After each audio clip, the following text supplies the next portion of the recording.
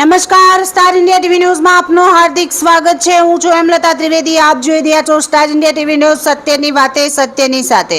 જાલોદમાં gas બાદ હવે petrol diesel સંકટની અફવા, પંપ બંધ, કતારો વધતા લોકોમાં ગભરાટ।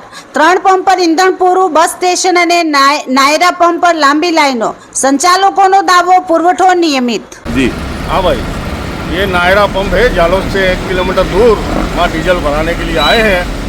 जालोद के आजू बाजू जितने भी पेट्रोल पंप, ये इजराइल और ईरान का जो युद्ध चला उसके लिए डीजल और पेट्रोल की कमी आ गई है।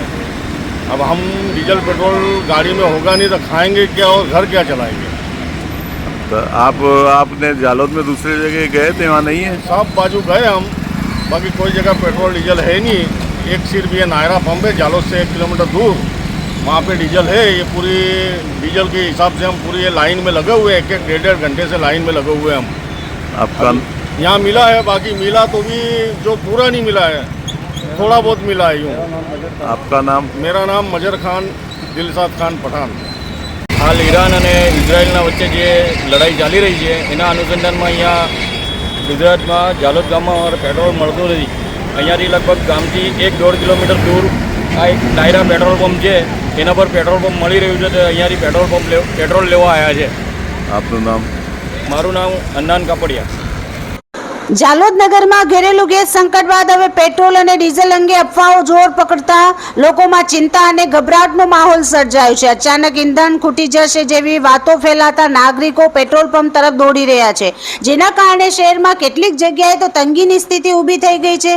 माहिती मुजब स्वामीनारायण मंदिर सामे आवेल पेट्रोल पंप, संतरामपुर रोड पर आवेल पेट्रोल पंप तेमज सुंदरम होस्पिटल सामे आवेल पेट्रोल पंप पर पेट्रोल और डीजलनो स्टॉक पूर्ण थई गयो होवानुं सामे आव्युं छे। पंप स्टॉक नहीं जेवा संकेतों मळता लोकोमां वधु गभराट फैलायो हतो। आ परिस्थिति वच्चे बस स्टेशन विस्तारना पेट्रोल पंप और नायरा पेट्रोल पंप पर मोटी संख्या में वाहन चालको उमटी पड्या हता। बाइक, कार और अन्य वाहनोनी लांबी कतारो लागी गई हती, जेमां लोकोने पोतानो वारो आववा माटे लांबा समय सुधी राह जोवी पड़ी हती। केटलाक स्थळोए ट्राफिकनी समस्याओं पण ऊभी थई हती। स्थानिकोनुं कहेवुं छे के गैस संकट पछी हवे ईंधण अंगे अचानक ऊभी थयेली अफवाओने कारणे लोको भविष्य माटे स्टॉक करवा उतावळमां વધુ ઈંધણ ભરાવી રહ્યા છે, જેના કારણે માંગમાં અચાનક વધારો થયો છે।